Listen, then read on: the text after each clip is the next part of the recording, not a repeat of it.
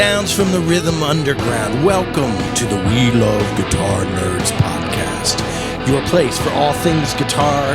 We have your interviews, we have your lessons, your boomer discussions, and your verbal rabble-rousings. So please hit subscribe, share, and like to join our constantly growing musical community.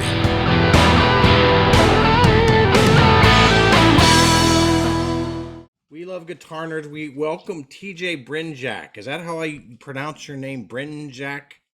Yeah. I'm getting it right?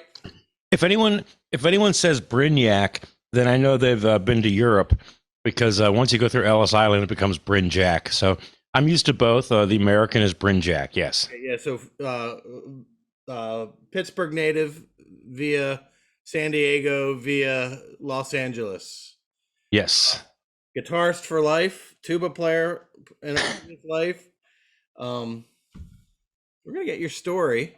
We want to talk about music. We want to talk about guitar nerd stuff. We want to talk about teaching, because there's not a lot of.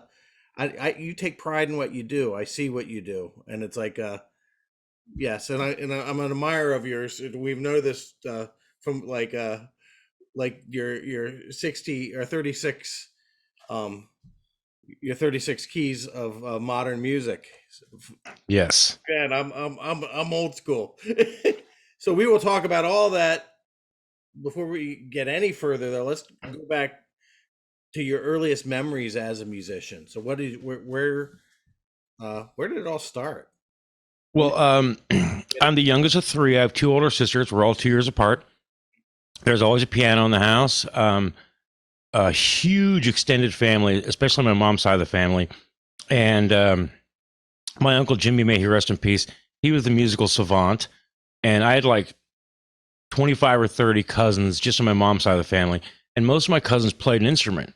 So for the family Christmas party, we would honk out and squeak out some jingle bells and some, what child is this?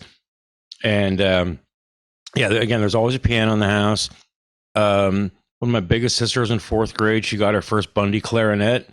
And then my other sister, Jill, 2 years later, got her first Bundy flute. And 2 years later, I got my first Bundy trumpet. All right. And I was putting the work in. My parents got me the best trumpet teacher they could afford. But I was never one of those guys, like my cousin Brian is one of those guys. Okay. Then in sixth grade, they needed somebody to switch to tuba. And I'm like, oh, I'm all over that, And so actually, I got pretty good at tuba. It was my secondary instrument at Berklee College of Music. All right. I still have my tuba mouthpiece up there. I still play if anyone needs a tuba player. But then halfway through my sixth grade year, I got my first guitar. And it was like a 3/4 scale Acrosonic with rusty strings, like an inch off the fretboard. Didn't matter. And I guess Santa Claus was impressed enough after like maybe a year and a half that I got a Hondo 2 Les Paul for Christmas and a Fender Champ amp. Yeah. So, and then loved you. but it seemed like all the work I was putting in on guitar was coming right back to me. Like I could do things that other people couldn't do, just like my cousin Brian could play trumpet like I can't. Yeah. So your earliest, when you're like sixth grade and you get your guitar, what kind of music were you into? I hadn't really been exposed to Eddie Van Halen and Randy Rhoads yet.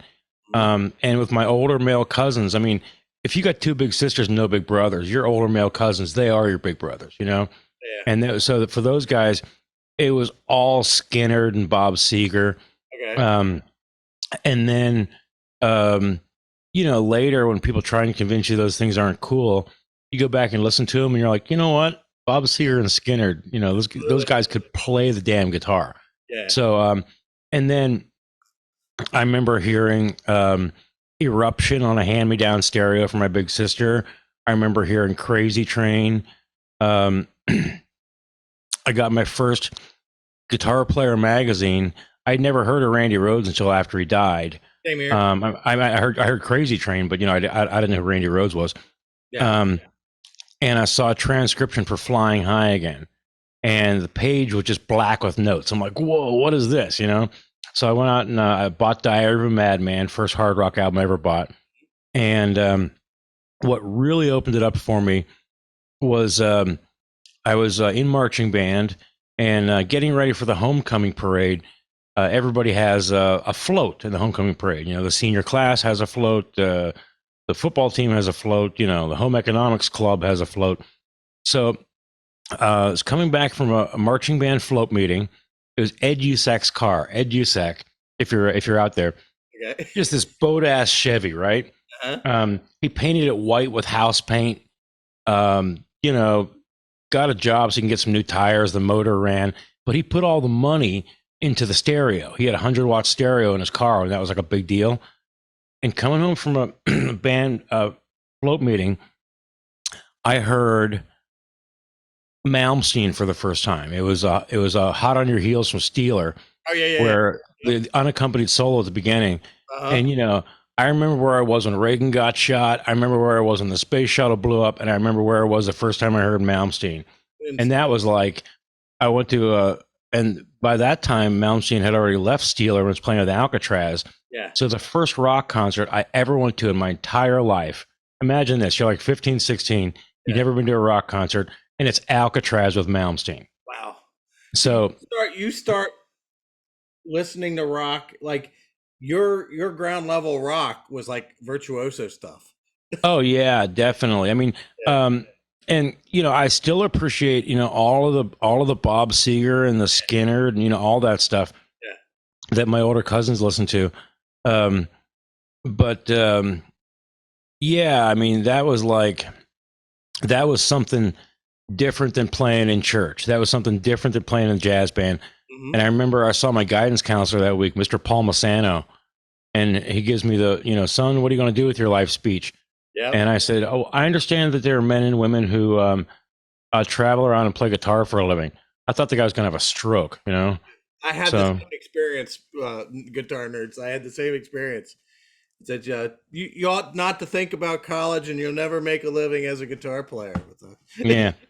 So, you know, Rod, something that really changed it for me, it was my junior year of high school.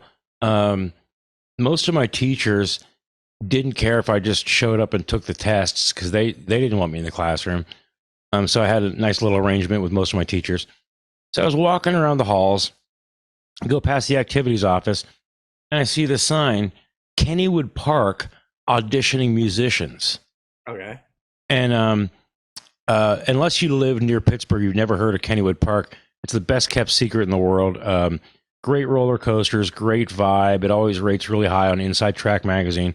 But unless you live near Pittsburgh, you've never heard of Kennywood. Anyway, so I go to this audition.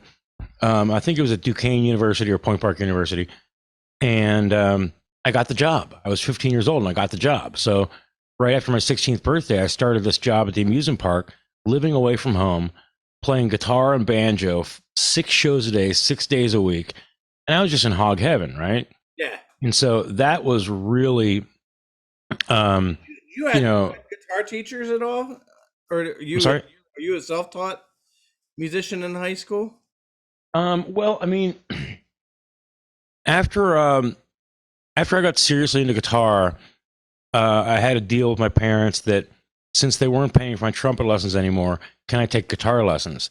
And they're like, yeah, as long as you walk there and back, you know, both ways, you know, in the snow. So, yeah, that was the deal. And I don't remember my first guitar teacher's name, but he showed me some of the basics and showed me some classic rock songs. And then I worked on my own for a while. Since he showed me where the notes were, I could just, you know, read my sister's flute books and my sister's clarinet books, and maybe my friends could show me some licks, you know. And then my first good guitar teacher, and this has to do with the amusement park. One of the guys at the amusement park was exactly my age, a guy named Billy Porter. Now, in 2022, everyone knows Billy Porter as this LBG, I'm not sure, you know, an outspoken activist for gender, this or that, whatever. The Billy Porter I know was the best singer and the best dancer I had ever met in my life. I couldn't believe this guy was my age. Talk about giving 110% on stage. he effortlessly gave 110% on stage because he gave 130% in rehearsals. So, for those of you who've heard of Billy Porter, he's just made his directorial debut. But anyway, so I said, Billy, where do you go to school? Is he the And same? he said, Kappa. What's that? Was he the same Billy Porter? Yeah. Okay, gotcha. Yeah. So he's been on Broadway. He played Little Richard on the one of those documentaries, anyway, so I said, where did you go to high school? And he said, Kappa. I said, what's Kappa? He said, Creative and Performing Arts. It's like the TV show Fame. And I said, can I go there? He said, no, your parents live out in the suburbs. It's a city school. And at this point, my parents couldn't believe that I lived away from home all summer and made money playing music and never asked them for bail money. And so, prior to that, they were probably considering sending me to military school. So my mom and dad worked out a deal with the city schools where I could go to my regular high school in the suburbs in the morning and then take 3 or 4 different buses to get to a kind of not nice part of town. But that was really, to see guys your age who play rock guitar better than you do. And this guy, he's my age, but he plays classical guitar better than I do. And man, there's nobody at our school can play saxophone like that, Man, we got some good drummers at our school, but nobody knows how to swing, So the Performing Arts High School is really a nice stepping stone to Berklee College of Music. And a couple weeks into my senior year, I got my acceptance letter for Berklee. Wow, that's wonderful. What was it? You started what? 86. I graduated high school in 87, and I went to Berklee right out of high school. Okay, so you and me both. Yeah. Same year. Okay. So you went from this Kappa. You went right. Did you? Was that the only school you went for? You know what? I didn't realize until many years later how irresponsible that was. But yes, I put all my eggs in one basket. I applied for Berklee College of Music, nowhere else. Yes, that's the same here. Yeah, and my grades in high school weren't all that great. I got a nice high SAT score, but it was mostly my work experience at the amusement park, and the Pittsburgh High School for the Creative and Performing Arts looks pretty good on a college application as well. Yeah. I was taking college classes, my senior year of high school, getting A's, and then my high school was like C's. So the college classes I was getting A's, they saw the discrepancy in the so they definitely. Yeah, so that's how I got in. So Berklee, you going to Berklee? Okay, how was that experience? Well, I lived in the dorms, so it's kind of like Lord of the Flies. We're all really mean to each other 24 hours a day. Not 24 hours a day, just only the hours we're awake. Yes. So the less you sleep, the more time you can spend being mean to your classmates. Right. But, you really make friends for life, and it was an extension of the Performing Arts High School in that, the Performing Arts High School compared to my, the music, and I went to a decent high school out in the suburbs, and our music program was fine, but it wasn't enough. And then going from the Performing Arts High School to Berklee College of Music, you get people that are really living away from home. You grew up in Parsippany, New Jersey. Well, I'm gonna make it. I'm gonna live in LA. And the opportunities to perform and definitely lifelong friends. My college roommate, he stayed in Boston after graduation, and I beat him to California whenever I ended up in San Diego in 92 or 93. But then a few years after that, he beat me to Los Angeles. Okay. So now we're both in Los Angeles, and and we do musical work together from time to time. Who's your roommate? Troy Richardson. I don't know why I asked. Like, I remember everybody. Yeah. Troy. Okay.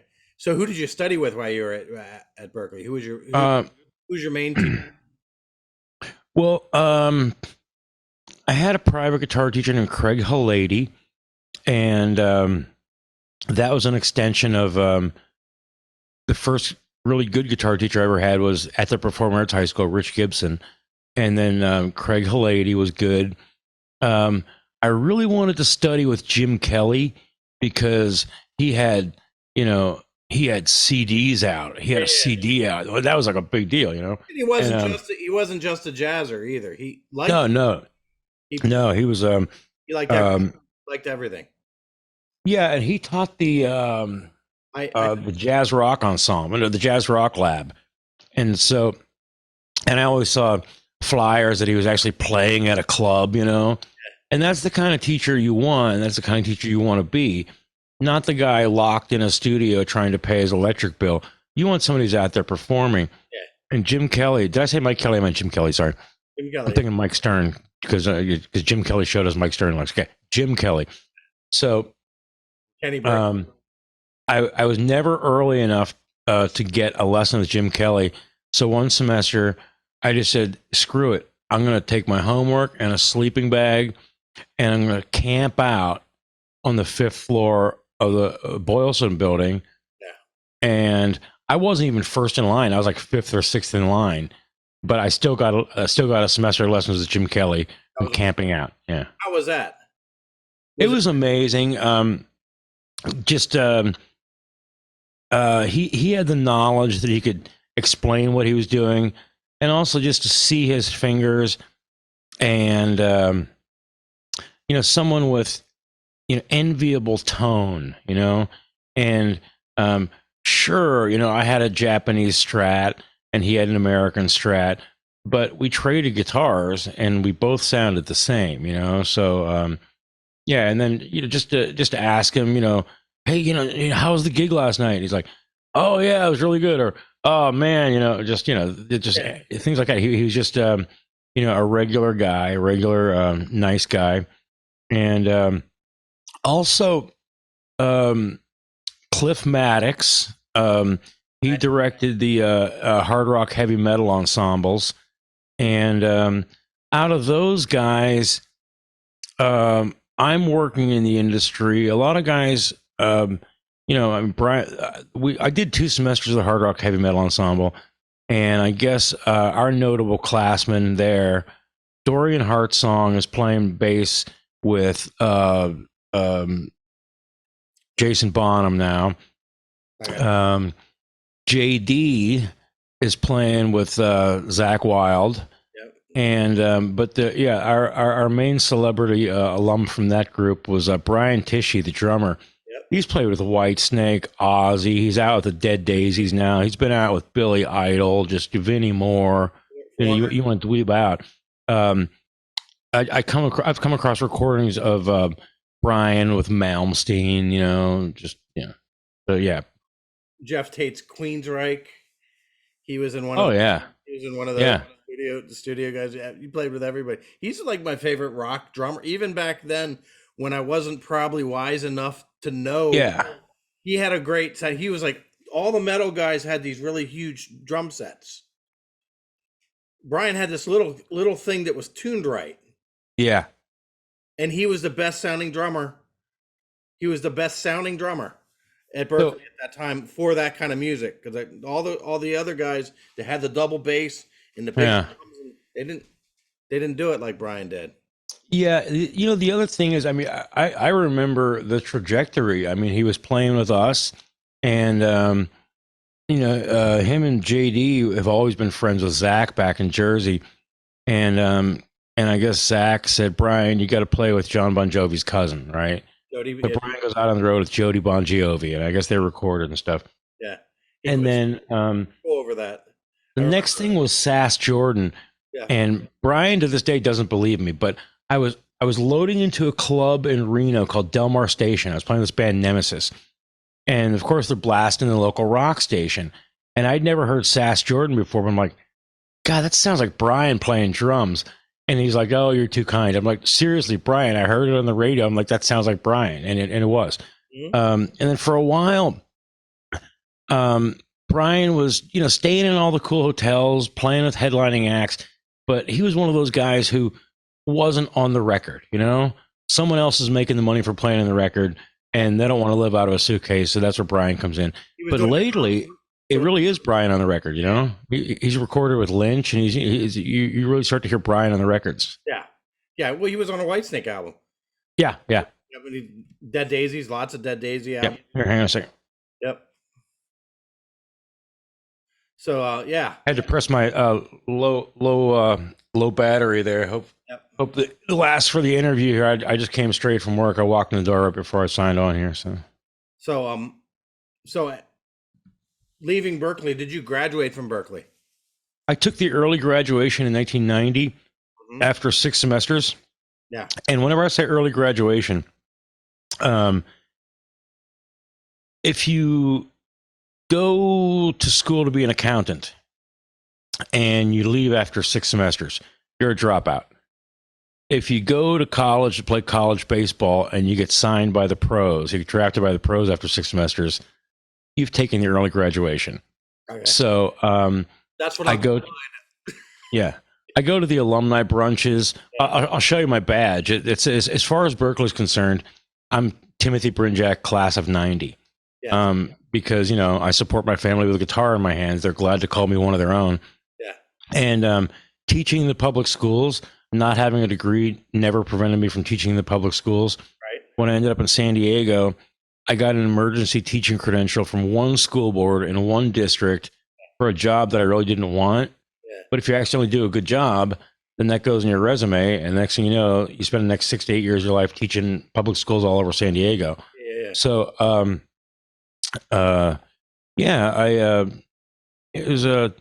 it was a good decision. I always knew that I want to march with a cap and gown, and I don't want to give too much away about that, but the wheels are in motion. I will. Yeah. I will march with a cap and gown. I'm working to change that Timothy Brinjak class of '90 to a Timothy Brinjak class of 25 or 26. But yeah, anyway. Wonderful. Can't talk too much about that. Yes. You don't want to jinx it. Yes. It took me many years to get a degree. Yeah, so I class of 2001. Yeah. I like the early the early graduation though. I will take that line. We'll borrow that line. For me, it was and the thing is, on a resume, no one asks. When if I say Berklee College of Music, 87 to 90, professional music degree program, just adding that program instead of professional music degree, because I do not have that piece of paper yet. But people can do the math and see that I was only there for 3 years. Yeah. Having the word program after the word degree is a little giveaway to some people, but it hasn't not having a degree has not excluded me from any of my musical dreams. I'm going to march with a cap and gown just for me. Yeah. Understood. After Berklee, what were you, a performing guitar player? Yeah. So I was playing with a group called Velvet Jones, named after the Eddie Murphy character. Hi, I'm Velvet Jones. Yeah. So we were playing American R&B, like contemporary R&B, like Bobby Brown and stuff, George Michael and stuff. They had gone through a couple guitar players, and finally the drummer said, you guys got to check out this guy, TJ. He's played in the Performance Center with the gospel choir and the hard rock heavy metal ensemble. You got to check this guy out. So next thing you know, I'm playing with this group, and we're playing at other colleges. We're playing at sororities. We rented a van and drove to Cape Cod for a gig, an actual gig. Yeah. And so we dressed cool. It was an exciting project. And the keyboard player, he was the Canadian. And he said, guys, if you want to do this, there's a circuit up in Canada. We can get all you guys legitimate work visas. And so we spent a nice long summer up there, started in Toronto, worked our way all the way out to the Atlantic Ocean, Newfoundland, Sydney, Cape Breton Island, Halifax, Dartmouth. And then I got my guitar stolen in Hamilton, Ontario. And so I was finishing the tour with a Pink Fernandez guitar that I hated. And then somewhere, maybe Sydney, Cape Breton Island, somebody stole my Marshall amp head off of the stage. Yeah.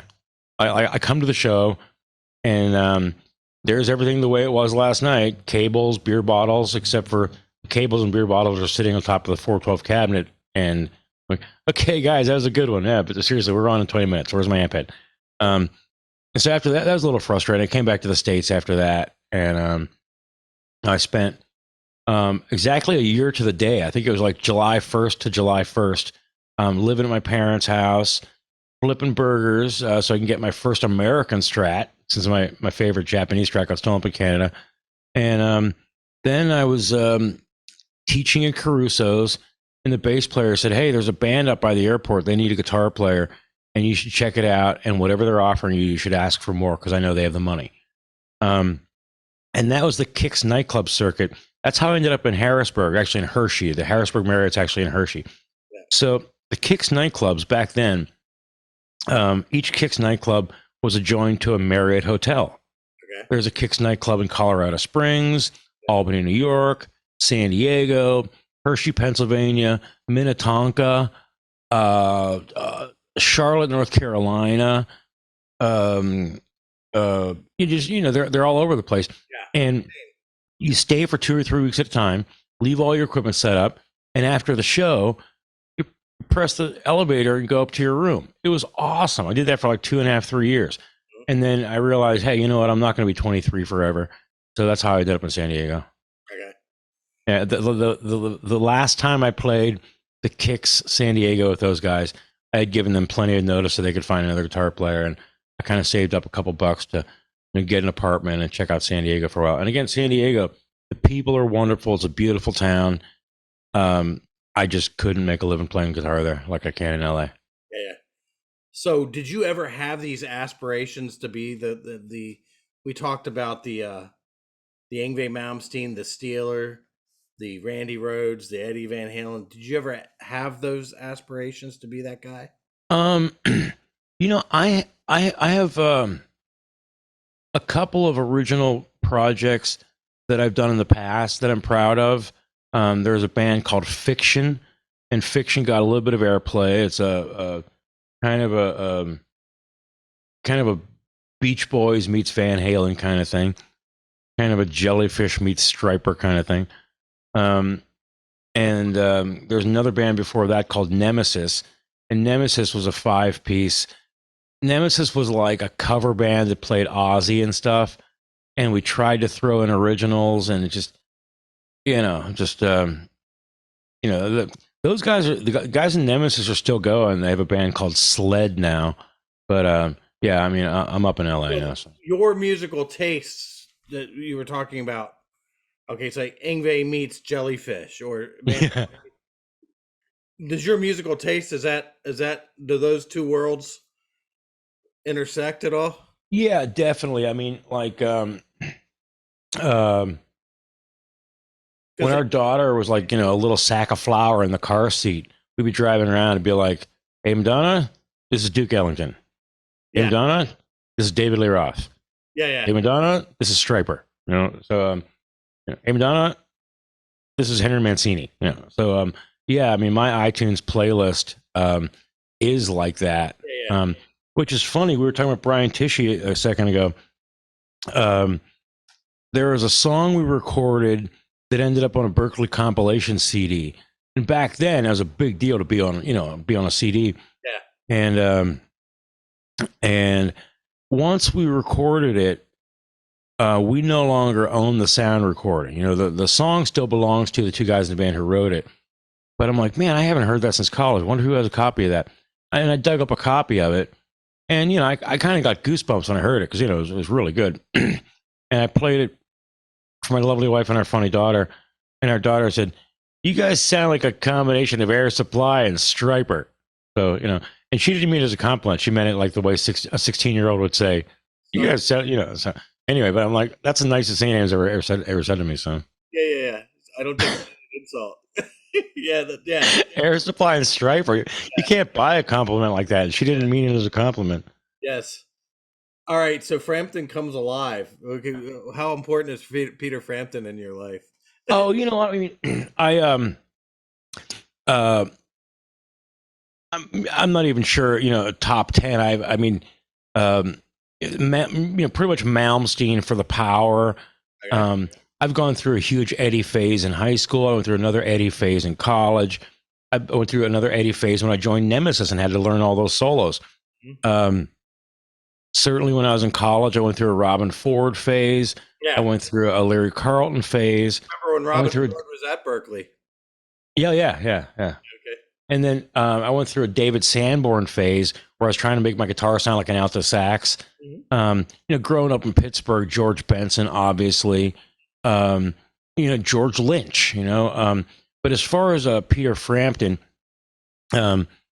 maybe my top 10, probably not the top 5, but what was important about Peter Frampton is a guy up there with one guitar making the rafters bounce to a melody coming out of his fingers. Mhm.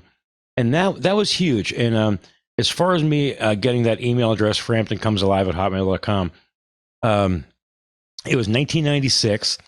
My roommate was a flight medic from Mercier, and he got a computer, and he said, "Hey, you got to get this new thing, Hotmail."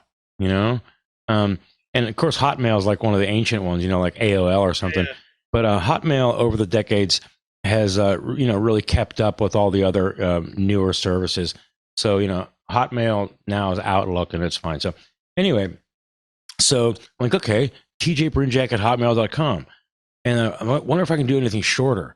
TJ@hotmail.com. No, even in 1996, that was taken. How about TJB oh no, even in 1996, even back then, TJB@hotmail was taken. And I was listening to the classic rock station, and there's a Frampton song on. And so I was just kidding around. I wrote, Frampton comes alive at hotmail.com, and Hotmail accepted it. And so that's been my email address since 1996. Yeah, we can always hope that they ask for it back and they give you a. Sometimes I get emails from people who are upset that I got it. Yeah. And then if you go to any of the other servers, Gmail, any of the other ones, it's already been taken. Yeah. Yeah. Not by me. You have been a guitar educator since Yes. the fact that you're like 15 years old. This is something you did. You said your high school teacher says you gotta at some point you gotta give back. I think Yeah. words. So you got started real early. Like I would not have like in my own particular case, I was too self conscious or I thought I was too imperfect to be doing Yeah. anything like that. Even though Yeah. I was the guy that knew all the Motley Crue songs in my block. So, but you started teaching it at a very early age, and that has been something that, in some ways, that defined part of your musical life. Yeah, definitely. Here, let me set this down.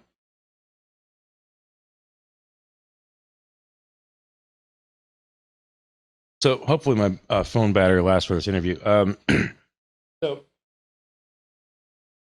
let's say at the Berklee College of Music alumni brunches, every year we have a keynote speaker, right? Mm-hmm. Film composer Alan Silvestri was amazing. Yeah. Super producer Don Was. I don't remember anything he said. And then years later, I saw an interview with Don Was with someone asking Don Was the questions, and I thought he was amazing. So, being an amazing composer producer doesn't necessarily make you an amazing keynote speaker. Yes. A couple years after that, we had Wendy and Lisa from Prince and the Revolution. And it was great to be in the same room with them, but as far as them being keynote speakers, they're both kind of winging it. And then Steve Vai was amazing. Yes. I mean, of course, I'm a huge Steve Vai guy. I mean, Steve Vai is definitely my top 5 or 10. Yeah. He's the reason I went to Berklee,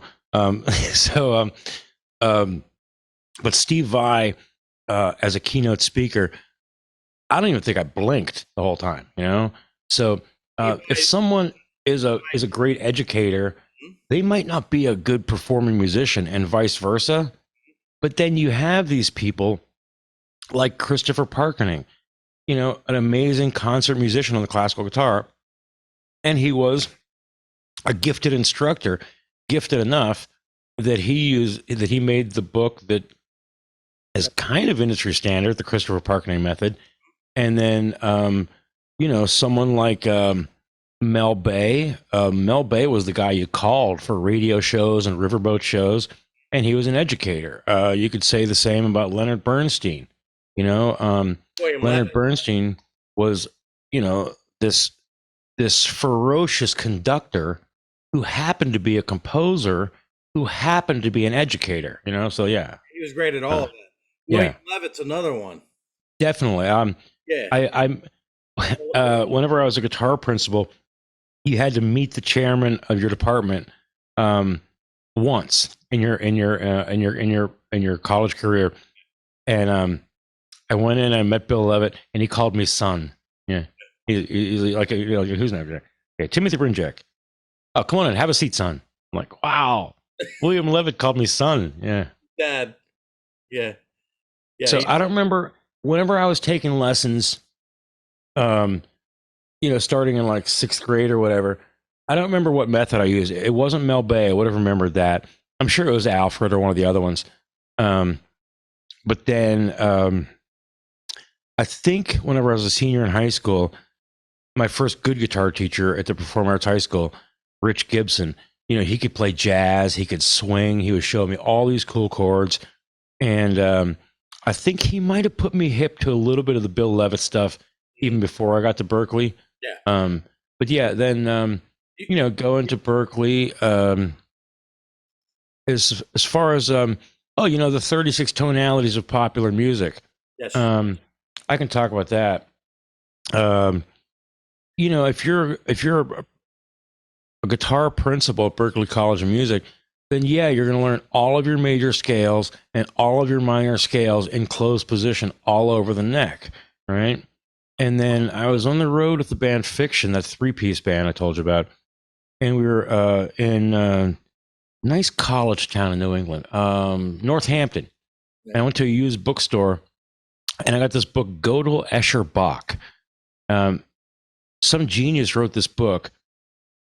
This genius connected the brains of mathematician Kurt Gödel, illustrator M.C. Escher, and J.S. Bach.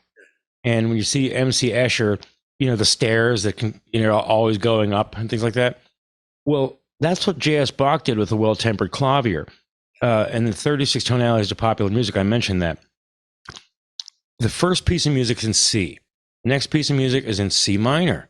And then it goes up to D flat major, then C sharp minor, then D major, then D minor, then E flat major. But so by the time you get to the end of the book and you're playing B major and B minor, if you start at the beginning of the book, it's an endlessly rising canon. Yeah. So if you had one piece of music to listen to on a deserted island, it constantly elevates mood. And so those are the two tonalities though. You added the third tonality. Yeah, so 24 tonalities. Here, I'm going to take a watch for a second. Well, from 24 tonalities of and then do I have a pick on it? So I'm not sure how clearly the guitar comes through in the Zoom platform. It works very nicely with GarageBand and YouTube and even Facebook Live. But anyway, so so he had one. J.S. Bach had one piece of music, for each of the 12 major keys, and one piece of music for each of the 12 minor keys. So, and the book is about this big, and it's 24 nice pieces of music. And when you get to the end of it, you can just start from the beginning. It's great. So I ended up with 36 tonalities of popular music by adding a bluesy tonality in between the major and minor. There's my low battery sign. Hang on a second, Rod.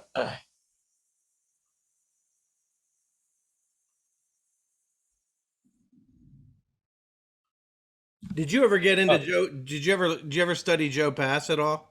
I'm familiar. I'd say, as far as transcribing a jazz guitarist, I transcribed a lot of Weekend in LA from George Benson. Um, and the song On Broadway, that's like his Crazy Train. That's like the one that got all the airplay. Yeah. Um, I transcribed that one, and a couple other ones. Some more obscure things, like before he went disco, like Live in London, where he was just doing jazz and swinging like Tarzan all over the changes effortlessly. Um, The so, reason I ask is because Joe Pass, some of the stuff that he has said that shapes the way I think of things was major, minor, and dominant. You think of chords and chord progressions as being one of three qualities: major, minor, which is what you say Bach and lots of people, yeah, classical music, they think in terms of major and minor, but then we have that dominant tonality, which is the blues tonality. yes, When I came across your thing, that brought what Joe Pass would say, but it brought it into the rock melody realm. oh yeah, yeah, We're not talking about bebop like Joe Pass, but yeah. you were doing the same thing. Who are you now? I watch a lot of your videos, and you're doing melody. You're writing songs that have a lot of these in specific keys. Is that your method of teaching now? Oh no, Or is my that method of teaching is a little different. And then, hey, for Rod, for you and your viewers, if I suddenly sign out, then that'll be the end of the interview because my battery died. 'Cause like I said, I just walked in the door before I signed on, so hopefully we can keep going. But my method of teaching, um, I'm really having a lot of success with. Here, hang on.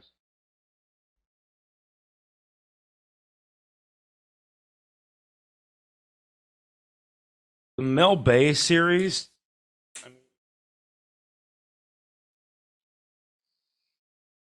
Mel Bay's Modern Grade 1 starts off with how to play E, F, and G. And by the end of the book, you're playing all six strings in the open position in four different keys: C major, A minor, G, and E minor. Book 2, you're up in the second position. Now you're playing F major and D minor. You're playing in the key of D major and B minor. By the time you get into, like, I'm going to say books maybe 4 and 5, it's like college level stuff. But even from book 1, it's all musically correct, and it really does go somewhere. There are some things in book 3 that I actually perform in my Liquid Lunch with TJ program. So anyway, I do this, and also I offer students very first lesson. I say, how do you get music into your ear holes? You use YouTube, Spotify, vinyl, CDs, you listen to the radio. And then after they answer that question, I say, what do you like to listen to? Can you think of a song or a band or a singer or a genre? And then, if you can teach a student the 4 chords of awesomeness, yeah. then do you like Green Day? Oh, cool. Hey, here's Good Riddance, Time of Your Life. Oh, you hate Green Day? You like John Denver? Great. So I'll mix and match. A lot of my students are not interested in learning popular music, and they really focus on the Mel Bay stuff, and that's great. And then some of my students will spend 25 minutes of a 30-minute lesson on popular music, and then I'll make them play something for 5 minutes in the Mel Bay book. That's primarily what I'm doing as an educator. So when people ask me what I do, as a guitarist, even though I'm always doing like going for the Gary Richrath lead guitar tones and the George Lynch lead guitar tones. I mean, Malmsteen's my favorite, but you notice I don't sound anything like Malmsteen. I'm just saying, I'm I see the Malmsteen. influence. Well, maybe the vibrato a little bit, but I see the influence. yeah, You're yeah. a man. You're like a common. You're the combination of Gary Richrath and Malmsteen. Thanks, man. You Oh, that's a compliment. Yeah, You got the melodies going on, yeah. okay? And it's like yeah, but it isn't just all the time. Yeah. It's So not hot on my heels all the time. exactly. What I ended up with after the 36 tonalities of popular music, was what you see in the Friday night dance party. Unfortunately, I'm not going to be doing a Friday night dance party this week, but normally 8 o'clock on Friday night, 8 o'clock Pacific Standard Time, I do what I call the Friday night dance party, and it's based on the 36 tonalities of popular music. Okay. Every time I write a new song, and each song fits on one page of music. Each song is like 90 seconds, maybe 2 minutes long. Each song is in a different tonality, and it also has a different dance vibe, right? So every time I write a new song, it goes to the beginning of the order, and everything after that is, my greatest hits, the ones that I'm good at playing. Yeah. So the newest one is a merengue in C minor, and of course, after a merengue in C minor comes D flat major. So I have a foxtrot in D flat major. Okay. Then I need a bluesy tonality, so I did a rewrite of Take 5 for the bluesy tonality, and then I need something in C sharp minor, so I did a tribute to Kraftwerk. I needed something in D major, so I wrote a K-pop. D blues, I did a Texas swing. D minor, minuet. So it's all going to be endlessly rising. And right now, it goes from C minor and it always closes with a waltz in B flat. So I have, how many more songs do I need to write? I need to write a bluesy tonality in C, C major, B minor, B blues, B major, B flat minor, B flat blues. I need to write 7 more songs. Yeah, to have all 36 of the tonalities represented in my Friday night dance party. But the Friday night dance party, even though I play with backing tracks, I've done it at nightclubs. People. Okay, so I'm gonna ask. Okay, we need a backing track of your original 36 tonality. That in itself could be a book. Oh, you know what? Improvisational aspects of how can we navigate through this set of chord changes in every key. That's a book. That's a good book. The backing tracks for that died with my Roland PMA 5. I don't know. Do you remember the Roland PMA 5 came out around the year 2000? I did all the backing tracks for that on a Roland PMA 5. Okay. So yeah, when that died a couple years ago, there went the backing tracks. But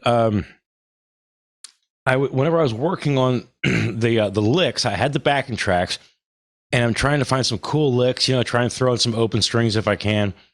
And I was working in Studio G up at Amuse in Palos Verdes, and one of our saxophone teachers, may he rest in peace. I said, "Hey, Benny, can you?" Because I'm still struggling, with to get cool licks and all the different keys and everything. And I said, "I want to hear what you would play over this." And so he listens to the first 12 measures, and that's all it is. It's 12 measures and goes up a half step. The 4 measures of major, 4 measures of blues, 4 measures of minor, that goes up a half step. So he listens to the first 12 measures, and he's like, "That's all it does?" He says, "Yeah." He starts blowing tone, vibrato, power, ideas. And then, like halfway through it, he's playing way over the bar from G sharp minor to A major. And I'm like, but he had all that. So, the video you saw, I actually, I actually had to, spend some time to, get all those cool licks. But after I finished the 36 tonalities of popular music, it really freed me up to do the Friday night dance party where I can do a proper, a dance. And as far as having it be a dance, that was like, who's going to listen to me play instrumental rock? Who's going to book this? Who's going to show up? How can I afford a band? And I'm thinking, you know what?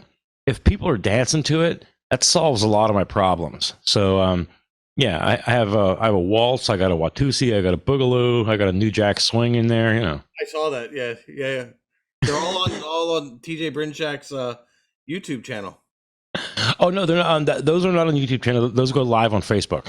Okay, because I saw some of those saved onto your. Oh yeah. So some of the older ones, yeah. And the older ones, those are kind of the ones I did on my own. And the newer ones, the first thing I did was I outsourced the drums. And when you start working with other people, when 2 people put their heads together, that's not 2 + 2 = 2. I mean, so 1 + 1 = 2. It's like 1 + 1 = 3. Like a magical, third head appears. And it was my Bo Diddley in A. I went to a drum teacher around the corner. I said, "Hey, Jack, can you record a Bo Diddley beat at this tempo just for like a minute and a half? He said, what's it for? I said, it's for the song. It's for this track. He said, why don't you send me the track and I'll send you some drums. I'm like, really? So I sent him the track, and he sends back the drum track with dynamics and fills. I got another human being in there. The thing starts to come alive, right? So I'm working with him, working with a different drummer. And then I needed a little bit more production. And that's when I reached out to my friend Bobby Cressy, who again is the organist for the San Diego Padres. But he's not just the organist for the San Diego Padres. You know these guys, this guy can drive to LA, play 3 different church gigs at 3 different churches, play the Viper Room with some new hip hop act you've never heard of, and then be back down in San Diego for opening day. He's like, he's a musical giant. Mm-hmm. So I was thinking, maybe I can get Bobby. Yeah. So I was thinking maybe if I can get Bobby Cressy, the first thing I was thinking was electric piano, because like guys like Larry Carlton, Peter Frampton, Robin Ford, Jeff Beck, they would have the electric piano in the background. But I said, no, you just play whatever instrument you want. So some of it's acoustic piano, some of it's piano with strings. He did a sick thing on the Kraftwerk thing with a synthesizer. He plays a lot of Hammond organ on it. There's some electric piano. So yeah, getting Bobby Cressy on board was really, if you see the thing live on Facebook, listen for just the keyboard player. Okay. So this is normally every Friday. Yeah. Okay. All right. In just your Facebook page. Yeah. So if you go to my profile and scroll back to last Friday, I did a quick one last Friday. That was like 25 or 30 minutes. I have almost an hour of material at this point. It's going to be, maybe an hour and 20 minutes when it's all finished. That's wonderful. What are you doing now? You're teaching lots of people? Like the whole pandemic has made you're doing virtual. Yeah. That were you doing virtual before the pandemic? I was not. I know people who were, but I was never interested in that because I'm like, you know what? It's 20 minutes from Hermosa Beach to Palos Verdes. There's horses and trees up there. There's a Starbucks downstairs. A professional association with like symphony musicians and things like that. So why would I teach? Why would I teach online? And then, when I told you our general manager said, TJ, whatever you need from Studio G, take it with you because you're not teaching here tomorrow. I'm like, okay, how hard can it be? Was that the pandemic? Yeah. Okay, got it. Okay. Yeah. Okay. So you never. That's when I'm like, okay, how hard can it be? I got a cell phone, I got a tripod. It was dreadful. I mean, 85% of my teaching techniques don't work like this. Yeah. But, again, like I mentioned, it took me a couple months to get the technology, to get the stronger Wi-Fi connection in the garage, and to get some techniques. And I'm teaching all over the world. I've taught one student. She's from Palos Verdes. I've taught her in Hawaii, in Ireland, in England, and she goes to school in DC now. So she's my long distance champion. Right. But yeah, I teach on the East Coast. It's wonderful. Yeah, it's wonderful. We're gonna wrap it up. Excellent. TJ Brinjak. I will include your link. I guess is there any links I shouldn't? Your YouTube channel? Is that again? I haven't put anything on YouTube in a couple years. Ever since I started going live on Facebook.